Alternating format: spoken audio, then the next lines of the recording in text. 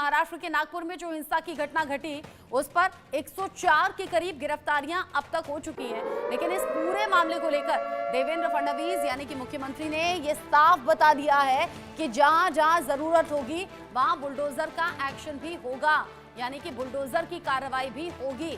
साथ ही साथ जो नुकसान हुआ है पब्लिक और प्राइवेट प्रॉपर्टी का, उसे हर जाने को भरा जाएगा प्रॉपर्टी बेचकर, यानी कि दंगाइयों की प्रॉपर्टी भी जब्त होगी। सीएम फडणवीस ने सीधा कहा कि हिंसा और आगजनी और जो पथराव की घटनाएं हुई हैं किसी को बख्शा नहीं जाएगा। अब तक पुलिस ने 104 लोगों को गिरफ्तार किया है। सोशल मीडिया से अफवाह फैलाई गई थी, उपद्रवियों ने पुलिस पर हमला किया। 12 से 18 साल तक के बच्चे हिंसा में शामिल थे। सीसीटीवी के आधार पर आरोपियों की पहचान हो रही है। 68 सोशल मीडिया पोस्ट से हिंसा भड़काई गई। आप समझिए, एक दो नहीं बल्कि 68 सोशल मीडिया ऐसे पोस्ट रहे जिनसे हिंसा भड़काई गई, लोगों को उकसाया गया और फिर देखते ही देखते भीड़ जमा हो गई। अब दंगाइयों की प्रॉपर्टी भी जब्त होगी, जहां जरूरत होगी वहां बुलडोजर का भी एक्शन होगा। दंगाइयों से नुकसान की हर भरपाई की यहां तैयारी हो गई है। नागपुर हिंसा मामले पर मुख्यमंत्री देवेंद्र फडणवीस ने दिया है ये बड़ा बयान। पहले से ही जब ये हिंसा की घटना सामने आई थी, नागपुर में लोगों के जरिए ये मांग की गई थी कि यूपी के सीएम योगी आदित्यनाथ का जो बुलडोजर मॉडल है, जो योगी मॉडल है, वो यहाँ भी अपनाया जाए, यानी कि दंगाइयों से वसूला जाए वो सभी नुकसान जो कि अलग अलग चीजों से हुआ है। घरों में तोड़फोड़ हुई, आगजनी हुई, गाड़ियों को तोड़फोड़ दिया गया। अब सरकार की तैयारी खुद मुख्यमंत्री ने बता दी है कि जहां जरूरत होगी बुलडोजर भी चलेगा, यानी कि योगी मॉडल यहां महाराष्ट्र के नागपुर में भी अपनाया जाएगा। और साथ ही साथ ये भी बता दिया कि दंगाइयों की प्रॉपर्टी जब्त करने की तैयारी भी सरकार की है। नागपुर हिंसा को लेकर एक्शन में यहां पर जांच टीम भी है, पुलिस विभाग भी है और यहां सीधे तौर पर मुख्यमंत्री ने बता दिया कि दंगा करने में जो लोग भी शामिल रहे बख्शे कतई नहीं जाएंगे। एक एक करके उन तक पहुंच रही है पुलिस। थोड़ी देर पहले देवेंद्र फडणवीस ने जानकारी देते हुए ये बात साझा भी की है, यानी जो मांग कल तक उठ रही थी कि बुलडोजर एक्शन होना चाहिए, दंगाइयों की प्रॉपर्टी जब्त होनी चाहिए, उसकी तैयारी अब महाराष्ट्र सरकार ने कर भी ली है। एक एक दंगाई बेनकाब होगा। 13 एफआईआर अब तक हो गई हैं, 104 गिरफ्तारियां अब तक हो गई हैं और जिस तरीके से, जिस स्पीड में ये एक्शन हो रहा है, जाहिर सी बात है दंगाइयों में डर भी है, खौफ भी है। लेकिन ये पूरी साजिश रची कैसे गई, सोशल मीडिया का इसमें क्या रोल रहा, ये भी मुख्यमंत्री ने बता दिया। एक दो नहीं, पूरी 68 ऐसी सोशल मीडिया पोस्ट की गई जिससे लोग भड़के, लोग इकट्ठा हुए और फिर इस हिंसा का हिस्सा बने। कौन है ये औरंगजेब गैंग, ये पता लगाने की कोशिश हो रही है। एक एक चेहरे तक पहुंच रही है पुलिस और पहुंचने के बाद में जेल की सलाखों के पीछे भी भेजे जा रहे हैं। 104 लोग अब तक गिरफ्तार हो गए हैं और मुख्यमंत्री देवेंद्र फडणवीस ने यह भी बता दिया है कि जो भी इस हिंसा में शामिल है बख्शा कतई नहीं जाएगा। एक्शन की तैयारी हो भी रही है और एक्शन जितनी स्पीड में हुआ है उसमें अब कोई दो राय नहीं है कि दंगाइयों की प्रॉपर्टी भी जब्त होनी है। दीपक विश्वकर्मा इंडिया न्यूज संवाददाता जुड़ गए हैं नागपुर से मेरे साथ में लाइव, जो कि पल पल का अपडेट भी हमारे दर्शकों तक लगातार पहुंचा रहे हैं।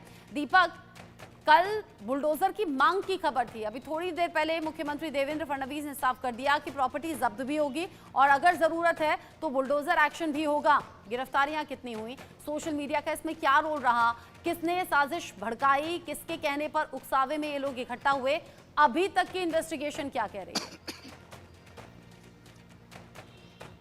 देखिए, विस्तार पूर्वक उन्होंने जानकारी दी, लेकिन सबसे महत्वपूर्ण बात यह है कि इंडिया न्यूज़ के माध्यम से जो लोग मांग कर रहे थे उस मांग पर देवेंद्र फडणवीस ने मोहर लगा दी और एक लाइन में कह दिया कि बुलडोजर भी चलेगा और रौंदा भी जाएगा।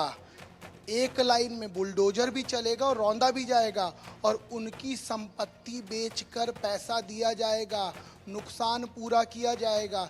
तो एक बात स्पष्ट कर दी है कि सरकारी संपत्ति हो या दूसरी संपत्ति हो, आपने यदि दंगाइयों ने यदि नुकसान पहुंचाया है तो आप ही से वसूला जाएगा। कैसे देना है अब आप समझिए, प्यार से देंगे तो ठीक है, नहीं तो आपकी संपत्ति बेच देंगे, आपने जो अवैध निर्माण कर रखा है उसको तोड़ देंगे। तो कहीं ना कहीं लय दर लय उन्होंने इस बात को स्पष्ट कर दिया कि काम करने का तरीका सबका अलग होता है, लेकिन जिस तरीके से जो मांग की जा रही थी, क्योंकि जब जनता जिस तरीके से लगातार कह रही थी कि एक्शन में बहुत देरी हो रही है, तो आज उन्होंने मीडिया को संबोधित करते हुए इस बात को साफ कह दिया कि बुलडोजर भी चलेगा, एक्शन भी होगा और रौंद दिया जाएगा अगर कोई नहीं मानेगा। इसके इतर यदि समझा जाए, देखिए सोशल मीडिया, हम 21वीं सदी में है, सोशल मीडिया की जहां तक बात की जाए तो सोशल मीडिया का उन्होंने जिक्र किया कि 65 से ज्यादा पोस्टों को डिलीट किया गया है और पोस्ट खंगाले जा रहे हैं। और सबसे महत्वपूर्ण बात यह है कि मालेगांव का जिक्र किया गया है, मालेगांव ब्लास्ट का जिक्र किया गया है, उस पैटर्न का जिक्र किया गया है, कुछ लोगों का जिक्र किया गया है। तो जब इन चीजों का जिक्र किया जा रहा है तो आप ये समझ सकते हैं और समझा जा सकते हैं कि बहुत सारी पुरानी लेयर्स को निकाला गया है और उसको कनेक्ट किया गया है। और जिस प्री प्लानिंग की या पुराने कनेक्शन की चर्चा की जा रही थी, उन सब चीज़ों को भी मुख्यमंत्री देवेंद्र फडणवीस ने बताया है।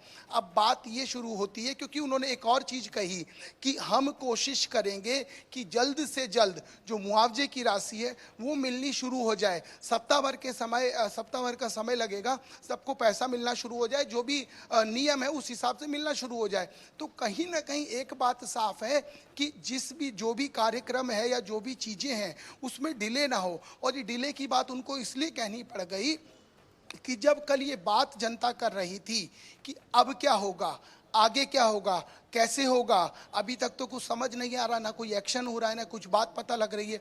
तो उन्होंने दोनों चीज़ें कही। उन्होंने कहा बुलडोजर की भी चर्चा कर दी, उन्होंने संपत्ति को कुड़ करके संपत्ति को बेचने के बाद पैसा वसूली की भी चर्चा कर दी और एक टाइम बाउंड भी सेट कर दिया कि सप्ताह भर के भीतर हम चीज़ों को क्रियान्वयन करना शुरू कर देंगे, चीज़ों को एग्जीक्यूट करना शुरू कर देंगे। इसके इतर यदि समझा जाए, उन्होंने जो कांग्रेस का जांच दल बैठा है उसके ऊपर भी सवाल उठा दिए। कह दिया ये वही जांच दल है जो अंकोला के एक मामले में खुद ये फंसे हुए हैं और उसी को जांचकर्ता का मेन आयुक्त बनाया गया है कि वो जांच करेगा। तो कांग्रेस का जो जांच दल है वो तो अपने आप में हास्यास्पद है, क्योंकि एक जानकारी और भी है, कांग्रेस के जांच दल को अभी तक की स्थिति में जो स्पॉट है वहां पर जाने की अनुमति नहीं मिली है।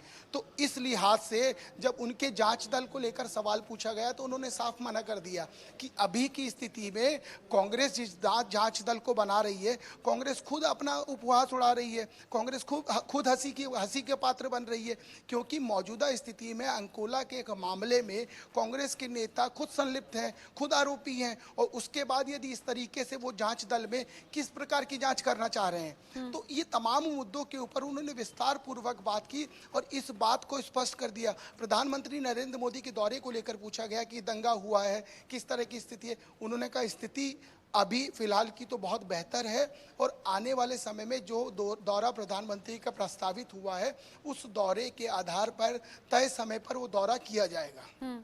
जिस तरीके से आपने बताया कि अब एक्शन मोड में पूरी तरह से यहाँ पर महाराष्ट्र सरकार भी है, पुलिस भी है, हफ्ते भर का टाइम भी दे दिया गया है। अच्छा ये बताइए, नियम क्या कहता है? आपने कहा कि कल भी हम बात कर रहे थे, आपने कहा नागपुर के लोगों ने ये सीधे तौर पर मांग की है कि दंगाइयों के खिलाफ बुलडोजर एक्शन हो, योगी मॉडल यहाँ पर लागू किया जाए।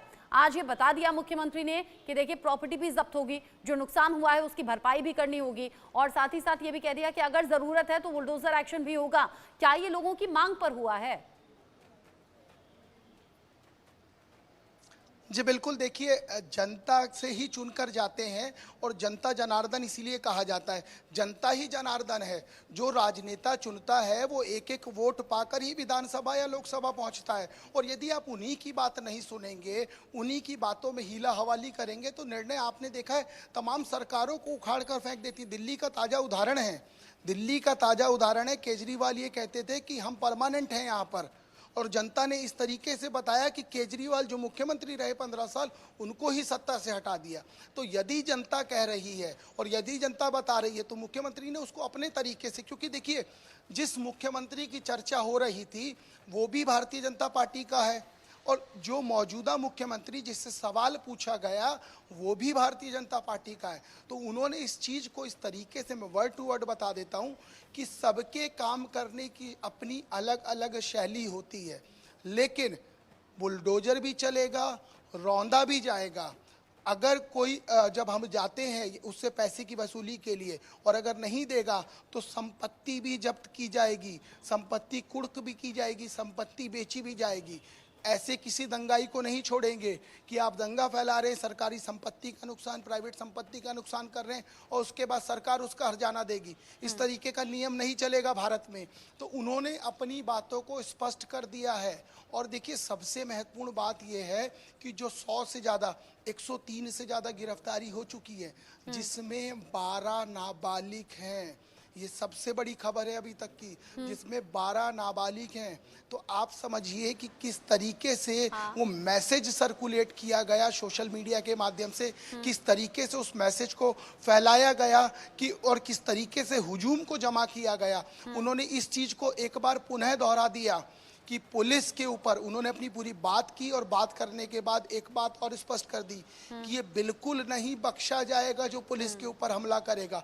यदि पुलिस को कोई हल्के में ले रहा है तो वो अपने दिमाग को दुरुस्त कर ले।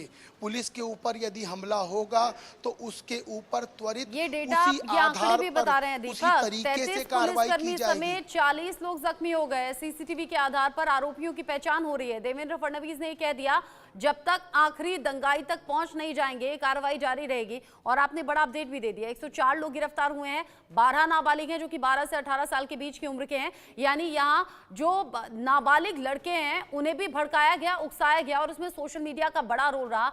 68 से ज्यादा सोशल मीडिया पोस्ट हैं, जिसके बाद लोगों की भीड़ इकट्ठा हुई और फिर जो देखा हमने तस्वीरों में वो हिंसा की घटना सामने आई। अब 1 हफ्ते का वक्त दिया है, हर्जाना भरिए या तो फिर नुकसान झेलने के लिए तैयार रहिए, क्योंकि अब एक्शन मोड में पूरी तरह से महाराष्ट्र सरकार भी, पुलिस भी। नजर बनाए रखिएगा दीपक, बहुत शुक्रिया ये पूरी खबर जानकारी के साथ अपने दर्शकों तक पहुंचाने के लिए, बहुत शुक्रिया।